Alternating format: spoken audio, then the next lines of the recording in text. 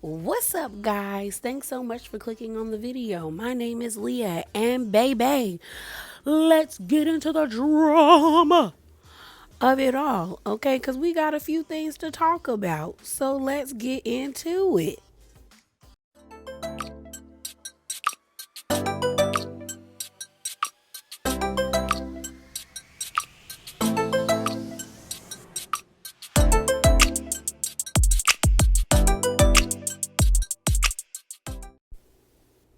So first up, let's talk about Garcelle. Garcelle decided on Friday morning to unfollow basically everybody on the cast, including Sutton, except for Jennifer Tilly and Kathy Hilton.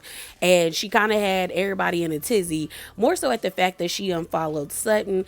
It has sparked a lot of debate on whether or not their friendship was ever real. Honestly, I do think they had a real friendship. I think that's why Garcelle is hurt by Sutton's behavior at the reunion. And I mean, right now, Sutton is getting ate up on Instagram, especially in her comments on that picture that she posted of Garcelle and her after it was announced that Garcelle was leaving. But I do think they had a genuine friendship. And I coined that from the fact that Crystal said when she was doing that podcast with Carlos King and Cynthia that she was like, no, like Garcelle and Sutton hung out outside of the show. And she was like, to me, that determines whether the friendship is for TV or not. Like, and then she also expressed how she was like, there are alliances on these types of shows. You have to find somebody you can trust. So let me play that clip for you guys. In the perspective of the show doesn't allow to have natural friendships. That alliances is part of the experience, but what happened at the very end from what I see, because I was in it, like I know who I talk to when we're not filming. And that's a long period of time. It's 8 months, right? That you don't have to film with someone. You're not getting paid to be with these people. And Sutton and Garcelle saw each other a lot. Okay. And yes, but I do think that and we've talked about this on our pod, is that there's just inherently an alliance that happens just because you enter the show. It's like you need to find someone that you trust. But I think what happened at the end is because of real friendships felt broken. To me, I feel like Garcelle really felt betrayed by her friend. Not the alliance is broken. I think that she really felt like you did not defend me. So I truly believe Garcelle and Sutton had a real friendship. And I do think at the end, Garcelle felt isolated and alone, and that's why she really decided to leave the show. And she was just like, I don't really need all of this. I think this is an important lesson for both women. I think Garcelle has to learn you can't defend somebody that won't defend themselves. And that's really what it boils down to with Sutton. Because I'm not going to say that Sutton hasn't defended Garcelle. There's been times Sutton has defended Garcelle throughout the 5 seasons that they have been on that show. But majority of the times it was Garcelle defending Sutton. But I think Sutton had came to a point where she just got tired and just decided not to stick up for herself and just acquiesce to the group. And I think also for Sutton has to accept where she is in this group or where these people see her and move accordingly. Like, these women don't truly like you. They don't want to be friends with you. But I think because Sutton has such a toxic past with her mom and her dad, when she said, he left us, I had to forgive him. That's a form of rejection, because probably in her mind is like, we weren't good enough for you to stay here. And then with her mom doesn't tell her she loves her. Sutton was so happy on that stage talking about, well, she said it twice, I got 2 I love yous. That's sad. That is sad that she can count how many times her mom has told her that she loved her or how she is proud of her. So I think Sutton has been conditioned to audition for people's love and affection even when they reject you. And I think for her, even if they reject you, she fights harder because that's what she's had to do with her mom. And I feel like she genuinely likes Erica and Kyle, and she wants them to like her. I don't think she cares about Dorit. But I think she really wants Erica and Kyle to like her. So even with their rejection, she fights hard for them to, see value in her. But I think her losing this relationship with Garcelle is important because I think for her, she needs to see what it's like not having genuine people around you. Like, girl, it seems like Garcelle really cared about you. And I do hope that maybe with time, they'll eventually come back to each other because I do think they really do care for one another. But Garcelle's hurt right now and she is, trying to get it out. But I do want Garcelle to stop being performative. Like, girl, why did you wait till Friday to do this? This feels like a stunt. If anything, you should have did it when you posted that, goodbye video to everybody. On top of that, my good sis, why was you in Sutton's comments liking her photo that she posted of you too? So did you just decide now that you just wanted to wipe your hand cleans with everybody? Like, or did you need time to see part 3 and marinate on it? I don't know. But I want her to chill out with the cryptic post and all of that stuff. So, because of what Garcelle did, a lot of people felt like this post from Bose was a, response to Garcelle. She said, "Imagine being mad at me, but I'm just basking in God's favor." And a lot of people said, "Imagine basking in God's favor and being bothered." Because that's what a lot of people took this as. I mean, we also don't know what this is about, but one could assume that yeah, it's about Garcelle. But either way, I do wonder what the show is going to be like without her. Like, I hope it's not a whole season of them ganging up on Sutton because that's going to get old real quick. I don't want to hear about Bose and this pregnancy journey, especially with that man who's a walking burgundy flag. I don't want to hear about Erica redecorating that house or Tom anymore. He in jail. It's whatever. I don't care about Kyle and her sexuality or even her divorce from Mauricio. I don't even want to know, or if she decides to confirm he cheated. I don't care. I don't care. I don't care if she come out as being bisexual or queer or a lesbian. She has wasted our time.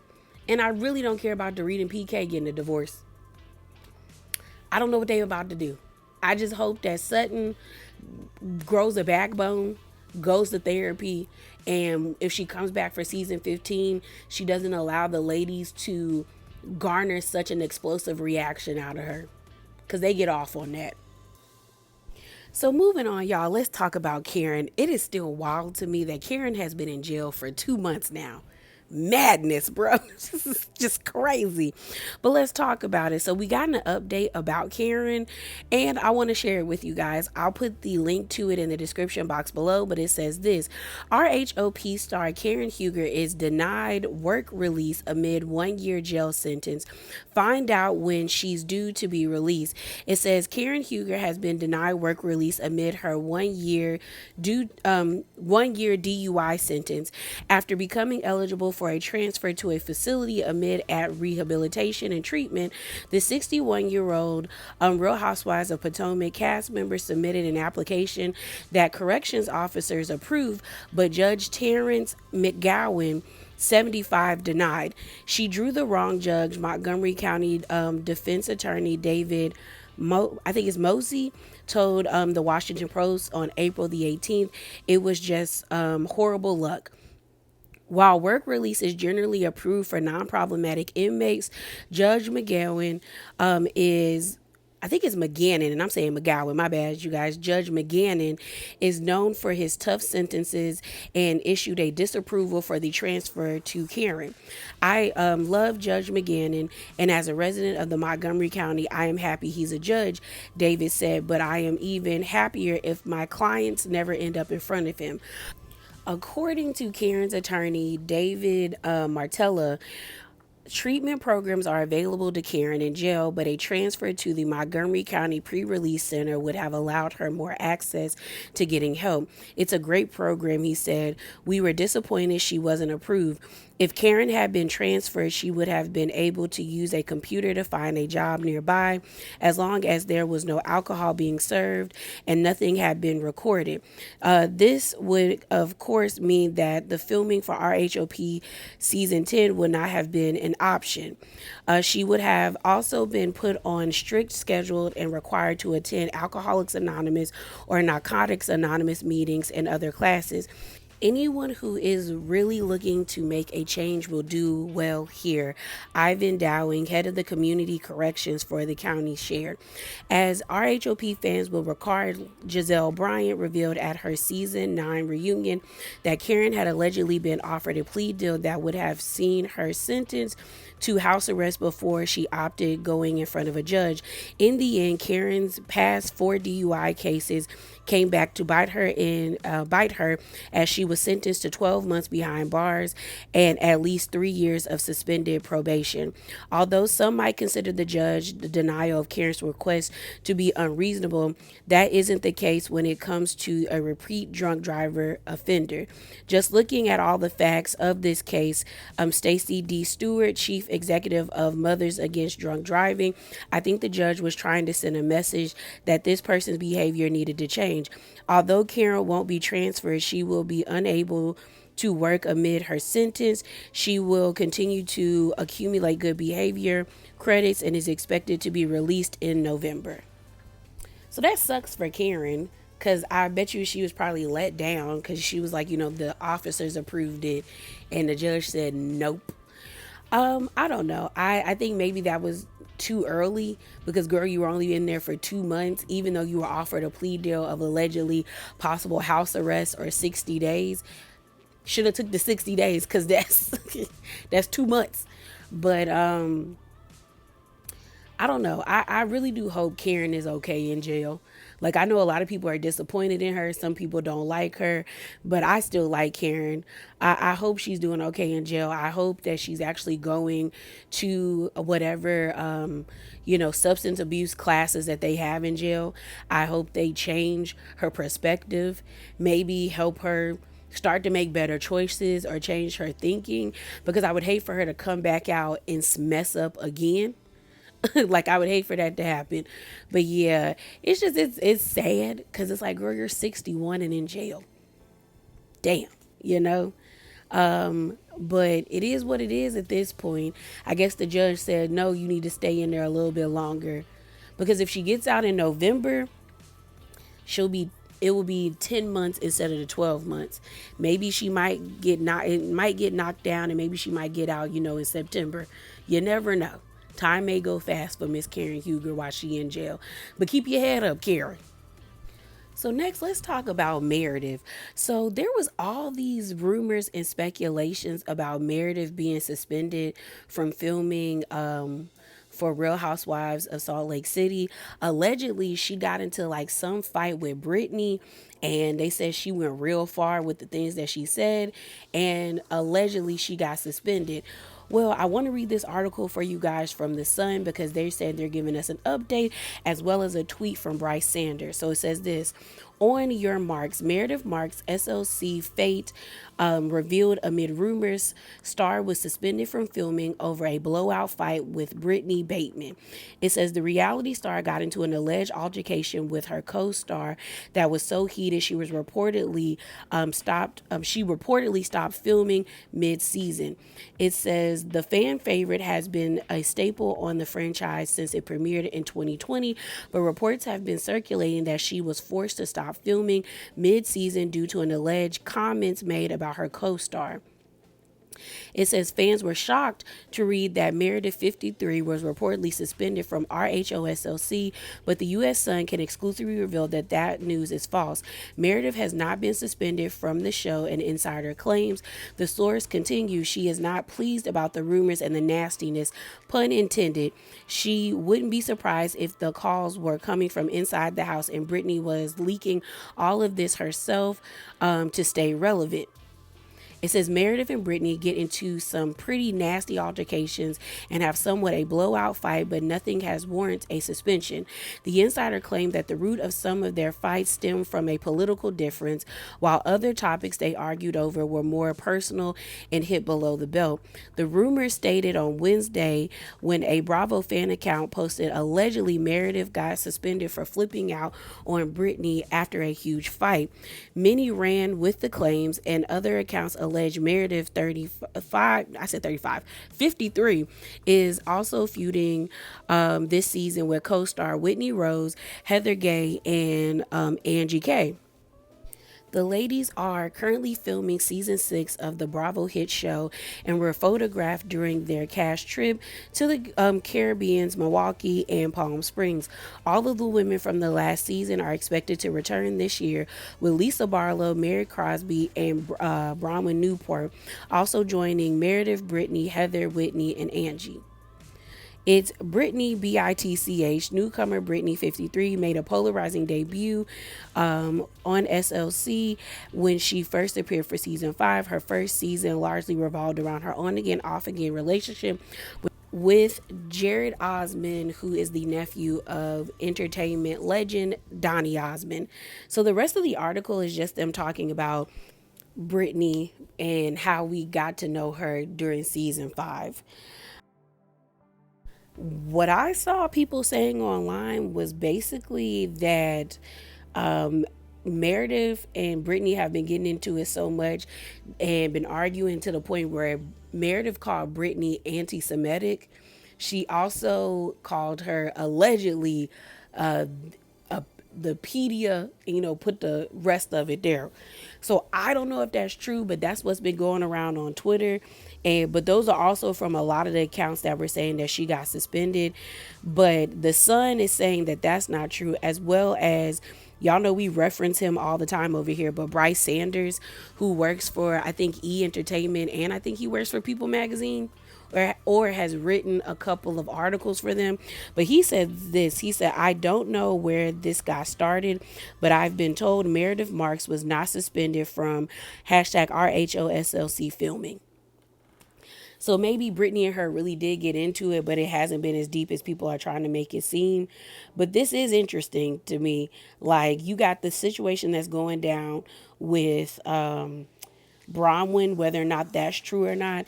And then we have this situation with Brittany and Meredith, but it also seems like Meredith is arguing with Heather, Whitney, and Angie, which I thought they had squashed. I thought Angie and Meredith squashed it because I was like, we sick of y'all arguing back and forth.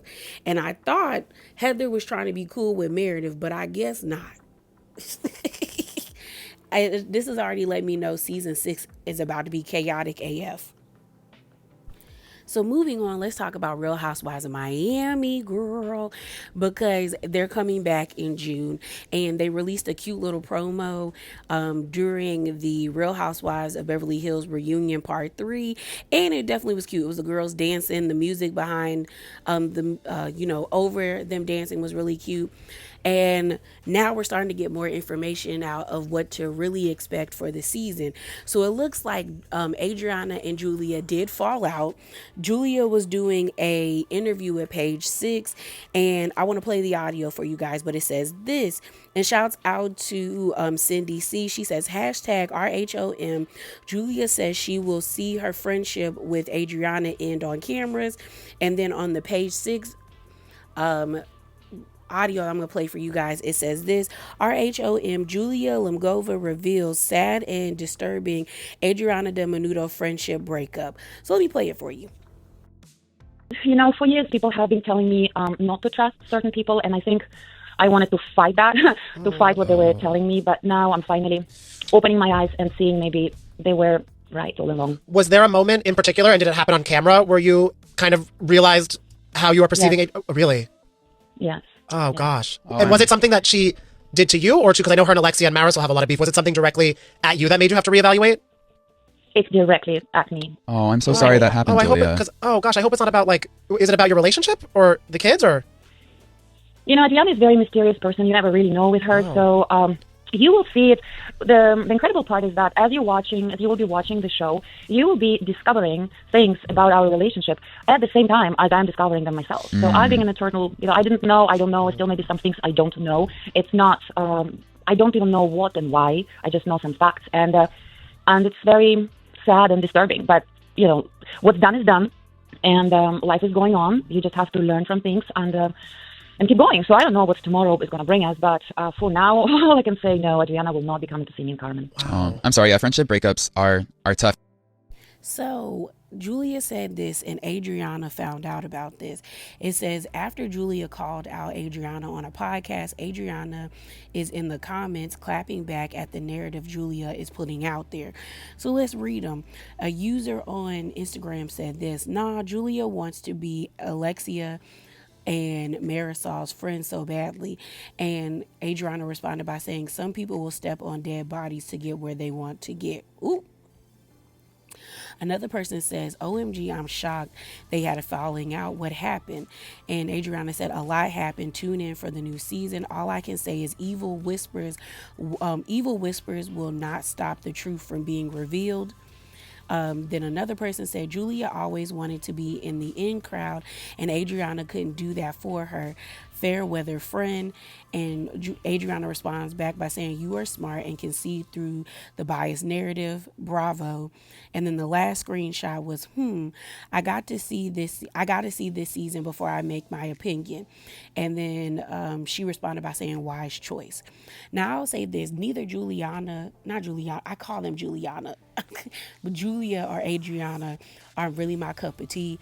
I don't know. There's something weird about Julia and Adriana just be giving off desperation for me, but I do feel like Julia might be on one this season, and I feel like I might be on Adriana's side, because I do know that Adriana was very uncomfortable and a little hurt at the fact that Julia was getting close to Alexia, and Alexia and Adriana do not see it for each other. So I wonder if Adriana was being territorial about her friendship, or if Julia was doing the most and Adriana was calling her out. Because the rumor that Julia threw a drink at Gertie is still crazy to me. Even though Gertie annoys me, she's just annoying. She's never outright disrespectful, so I don't understand why Julia will feel the need to throw a drink at that lady. But it is very interesting, because the last time I talked about Real Housewives of Miami, we talked about Adriana basically saying the same thing about Julia, that she wasn't really a good friend, and you'll see how it plays out. And that's basically what Julia is saying about Adriana. So the last thing we're going to talk about is Real Housewives of Atlanta. So first up, Angela. Angela wants the people to know that she is 43. But I don't know if she was repeating what Nene said to Phaedra, because I know online it says she's 43, but Angela gives mature, but it also might be the nose job. But she posted this in her Insta story where she said, can someone point me to where I said I was 60 years old? I'm 43 to be exact. Okay. Now, continuing on with Angela, her and Britt got into it today, where Britt posted this on Instagram where she said, the perfect deflection from her personal business. Love to see the license of hers she speaks of. And then Angela said the reunion is going to be so much fun. And then Britt responded back to her, yes, ma'am. I said, oh, Angela said, girl, I want all the smoke and then some. I'm here for it. I am here for it. So speaking of Britt, it looks like Britt was doing an interview with E! News, and she basically expressed who she was close to. So let me play that clip for you guys. The housewives are you the closest with? I'd have to say Portia and Phaedra. Yeah, they have been so supportive. They have been like a shoulder to lean on, to cry on. The ladies are great. And Cynthia, oh my God, she's incredible. She's like that voice of reason. What else can we expect to see from Britt this season? I know it's been a little dark now, but there's so much more to me. You're going to get to see me with my family. I'm such a family girl, and you're going to see business. You're going to see me and the girls having fun, kicking it, all those good time moments. So it's not just dark. So the fans are going to really see a softer side. So Britt basically says she's cool with Cynthia, Phaedra, and Portia. I'm kind of surprised about Cynthia. That doesn't give Cynthia a good look. Like, I've been cool with what Cynthia has been saying. I actually agree with what she's been saying about Kenya, but it is starting to feel like, girl, you are a flip-floppy kind of friend if you cool with this lady, okay? But it makes sense why Britt is cool with Phaedra and Portia, because she's a fraud and they're frauds. Case closed. So moving on, let's talk about Kelli. Oh, well, before we talk about Kelli, it looks like the ladies of Real Housewives of Atlanta are getting the after show. So that will be dropping soon. If you're someone that's interested in that, they always release the after show on YouTube, okay? But let's talk about Kelli. So Kelli was on Bossip. They have a whole interview, but one clip that's gaining traction is her talking about the situation that happened between Kenya and Britt. And it says Kelli says she didn't think Britt's pistol comment was meant towards Kenya. So let me play that clip for you guys. At pivotal moments on the show, she had the dinner at the bank, obviously, where all that went down with Kenya and Britt. And one of the questions people had was, how could you not hear Britt make that comment about the pistol? I think a lot of people were like, but you were right there, Kelli. Are you sure you didn't hear it? And you did not hear her say that. So this is the deal. Okay. I was in the bathroom. Okay. I was in the bathroom getting demiked with them sheer Mugler pants on, trying to use the bathroom. And it was a lot of commotion going down when I was in the hallway. Okay. When I came back out, I was then remiked, and it was still commotion going on. Okay. When she made that comment, I did not assume she was speaking to Kenya or about Kenya. I assumed she was saying that because we were in Bankhead. Yeah. Everybody had already made this whole thing about, oh my God, from Buckhead to Bankhead. You and Angela. How we going to Bankhead to the bank, right? So of course, I bring my security with me everywhere I go, Big Kenny, for my safety and for the safety of others who are around me. So that's why when she said something about a pistol, I'm like, for what? Girl, we got Kenny here, and your husband should be pulling up to come and get you, because she didn't ride with me. Her husband picked her up and dropped her off, right? So that's why it didn't click to me that she was talking about a pistol for Kenya at that time. No, that's why I was like, no, not a pistol like to harm her. I'm assuming like for safety because we were in Bankhead. That's why I was like, no, Kenny, you don't need that. Right. I would never agree to dealing with the things I have dealt with in my past. I would never agree to a firearm and someone like hurting someone in that manner. Girl, Kelli full of it.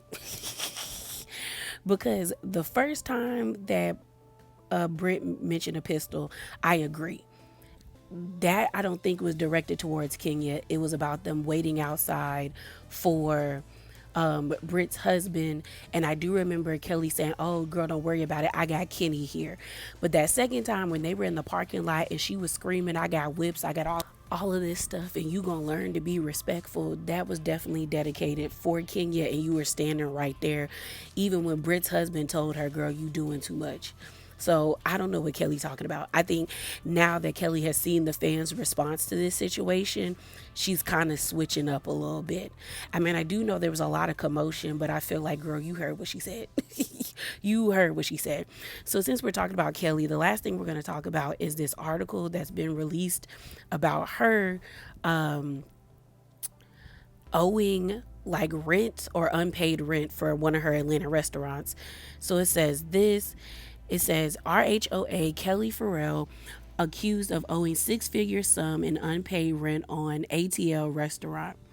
It says Real Housewives of Atlanta star Kelli Ferrell was accused of owing six-figure sum in unpaid rent for her restaurant months after making her debut on the show.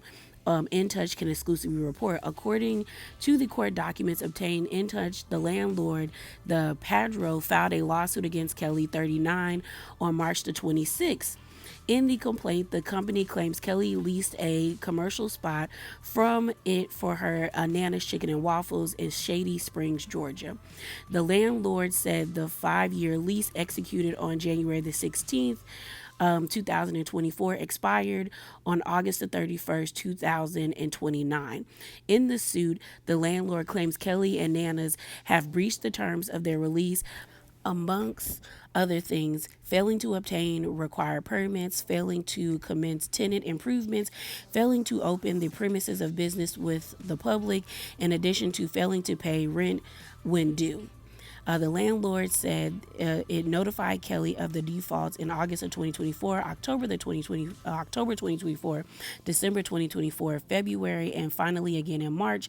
The suit reads, despite recipient of the notices of the default, neither Nana's nor defendant have accrued the monetary default or non-monetary default. The landlord said Kelli has failed to comply with her obligations under the lease as of March 2025. Nana's required of possession of premises and lease has not been terminated in any writings. The suit says Kelli is accused of owing $101,140.64 in unpaid rent, interest, and late charges. The landlord also wants Kelli to cop up $13,453 for future rent owed until the expiration of the lease. Additionally, the landlord demands attorney fees if debt was not paid in full within 10 days of the suit. A rep for Kelli's tells In Touch about the suit. This is in regards to her second location, which is underway. Although Kelli's divorce has been finalized, there is still a lot of gray area left, especially with finances. The rep accused Kelli's ex-husband of failing to pay money awarded to her in her divorce and child support. These instances, along with the fact that she had to pay close to $160K in legal bills for her divorce, left Kelli in a small financial slump with opening the new location, rep says. However, this situation is currently being sorted out with the landlords of the new location, and Nana's in Springfield will be open by the summer, the rep added. They ended. Kelli has been a successful entrepreneur for over 8 years, but this divorce is extremely contentious and has caused issues. As In Touch first reported, okay, and then they keep going on about her divorce. So Kelli, I hope you get that together, girl. I really do. I like Kelli for the most part, but it seems like that funky bastard that she married is continuously causing her problems. So hopefully she can work this out. So I thought I was done with Kelli, but then I saw that yesterday Kenya played in people's faces. We just got to call a thing a thing. She played into people's faces. So Kenya's confessional video was supposed to premiere yesterday, which would be Good Friday at 8 p.m.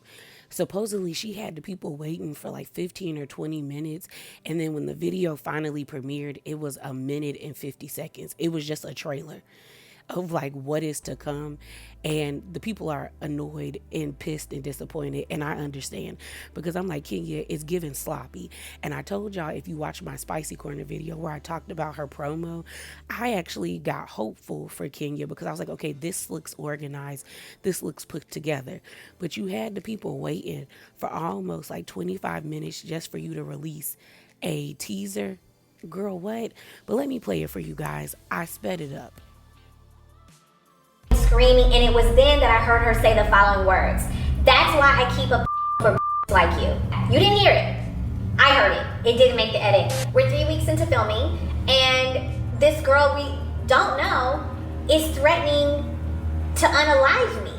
A live interview where Andy asked her, did she have a and she said, oh no, I didn't have a well, I have proof otherwise.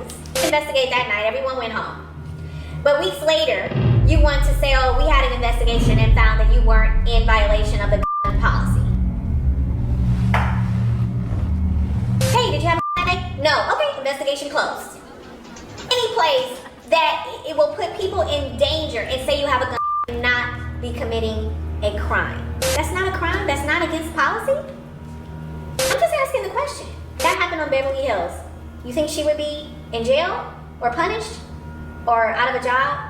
You think if she had said that to Kyle or Teresa Giudice or any other housewife on any other show, do you think she would still have a job? I'm just asking the question.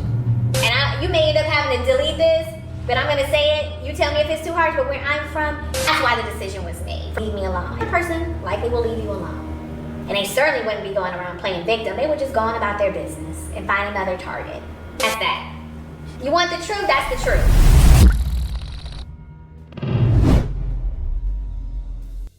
So I'm gonna be honest, when I saw this video, I said, girl, what is this? Like, Kenya, you about to piss me off. Now, I still feel the same way I did about the Britt Edie situation. And I'm gonna still feel that way, even though Kenya getting on my nerves. But what I will say is, I don't know what Kenya is trying to do. I don't know if she wants to continue to work with the network or if she just wants to wipe her hands clean. Because when I saw the video, I was like, yeah, it's given that Kenya is done with Bravo. But then her not premiering the full confessional video makes me feel like they were trying to test the waters to see how far they could push it, because I don't know if Kenya doesn't want to work with Bravo anymore. But what I will say, the clip was ominous. Like they use such ominous like music like for a thriller or a horror movie, and I'm like, people already think what you did was dark. I feel like the YouTube video should have been Kenya telling her side of the story, telling her truth, but also being playful and charming like we know she can be. And I'm just like, y'all should have picked different music. It just should have been you just being like, you know what, this is what happened. This is how I feel. I still want to work with the network, but I'm also hurt by their actions. And this is why you're getting this video. I feel like that is what should have taken place. But I don't know. I don't know what Kenya's doing. And it's frustrating me because I feel like she's smarter than this, but she's moving sloppily. But she must have heard everyone's being pissed off at her. And this is what she posted to her Insta story. She said, "I'm so sorry I couldn't get the full video up on YouTube today. Praying my team will have it up tomorrow. Love you guys and thank you for your thank you for being patient." Here's the thing, it's not that hard to upload a video to YouTube. Granted, there are some times where rendering takes an extremely long time, depending on how long the video is. So that makes me feel like maybe the video is, an hour or 50 minutes long, because y'all know I be over here talking and running my mouth. But I don't know, if the video pops up and it's only like 15 or 30 minutes, then I'll know for a fact that she went back and they edited the video. Because maybe they felt like we can't say this if she still wants to work with the network. But I don't know what's going to happen for the future of Real Housewives of Atlanta, as well as Kenya, because I do think Kenya's position is up in limbo, and they will determine whether or not they want her back based off of how the season continues and if the fans still support. But as always, you guys, remember to be bravely authentic. Definitely hop down in the comments below, share your thoughts, subscribe, and like the video. And I'm out, y'all.